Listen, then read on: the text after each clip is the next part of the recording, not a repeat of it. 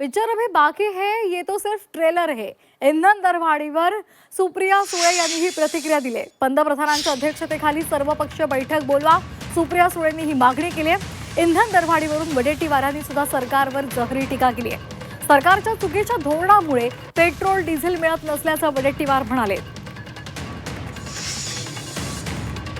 Petrol डिझेलचे भाव प्रचंड वाढणार आहे, याच्यासाठी काय नियोजन आहे? तुमच्याशीच बोलताना मी भारत सरकारला विनंती केली होती की एक ऑल पार्टी मीटिंग बोलवा। जगात क्रायसिस चाललंय, भारतात इकॉनॉमिक क्रायसिस करून आपली इकॉनॉमी प्रचंड, आपली आर्थिक व्यवस्था ही कोलमाडेल काय अशी परिस्थिती आलेली आहे। याच्या आधीच थोडासा जबाबदारपणा दाखवून भारत आणि महाराष्ट्र सरकारने एक ऑल पार्टी मीटिंग तातडीने बोलवावी।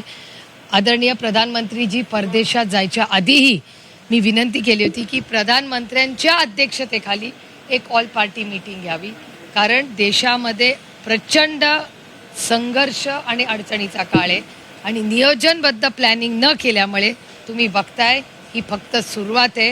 ही 8 रुपयाचा पहिला टप्पा आपण गाठलाय। पिक्चर अभी बाकी है, ये सिर्फ ट्रेलर है। भारताने इराण आणि रशियाकडून तेल खरेदी करू नये। तो तेल कितीही महाग असला तरी कॅलिफोर्नियाकडूनच तेल खरेदी केला पाहिजे, असा फतवा अमेरिकेने काढलेला आहे। आणि त्यामुळं ही टंचाई कृत्रिम नाही, ही टंचाई आपला निर्माण घेणारं सरकार जबाबदार आहे। सरकारच्या चुकीच्या धोरणामुळे डिझेल पेट्रोल मिळत नाहीत आणि होत आहे ती दरवाढ।